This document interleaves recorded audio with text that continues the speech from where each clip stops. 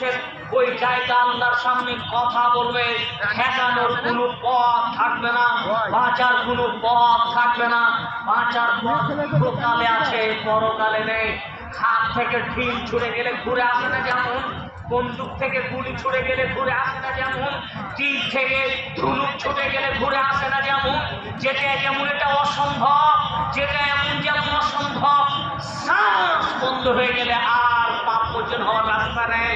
শ্বাস যতদিন আছে বাঁচার পথ আছে, শ্বাস বন্ধ হয়ে গেছে বাঁচার আর পথ থাকবে না। বিধায় আপনাকে জ্যান্ত অবস্থায় বাঁচার চেষ্টা করতে হবে। সম্মানীয় উপস্থিতি, আমি আপনাকে বুঝাতে চাচ্ছিলাম কিয়ামতের মাঠে কতগুলো জিনিস আল্লাহর সামনে কথা বলবে। তার ভিতরে একটা হচ্ছে সিয়াম, তার ভিতরে একটা হচ্ছে কোরআন। কোরআন আল্লাহর সামনে কথা বলবে।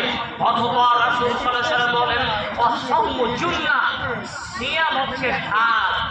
ঢাল ঢাল বুঝেন কি? যুদ্ধের সময় ঢাল ব্যবহার করা হয়। আর নিজের হাতে দেখবেন ডান হাতে একটা লাঠি আছে আর বাম হাতে একটা, যেটা ধরে থাকে প্রতিপক্ষের আঘাতকে এড়ানোর জন্য। কেউ যদি দিক করে মারে তো হাতে একটা ঝাঁকা থাকে না, ওটা হচ্ছে ঢাল। কেউ ওদিক থেকে মারলে বাধা দিবে, এটা হচ্ছে ঢাল। আল্লাহ রাসূল বলছেন সাওমু জুন্নাহ আর সিয়ামু জুন্নাহ। রোজা, সিয়াম হলো ঢাল, বাধা দিবে। কিসের ঢাল? রোজা কি বাধা দেয়? রোজা কিসের ঢাল? রোজা কি বাধা দেয়? রোজা কি ঠেকায়? ঠেকায় ঠেকায়। আপনি বিড়ি পান করেন, আপনি বিড়ি খান, আপনি সিগারেট সেবন করেন, কিন্তু যখন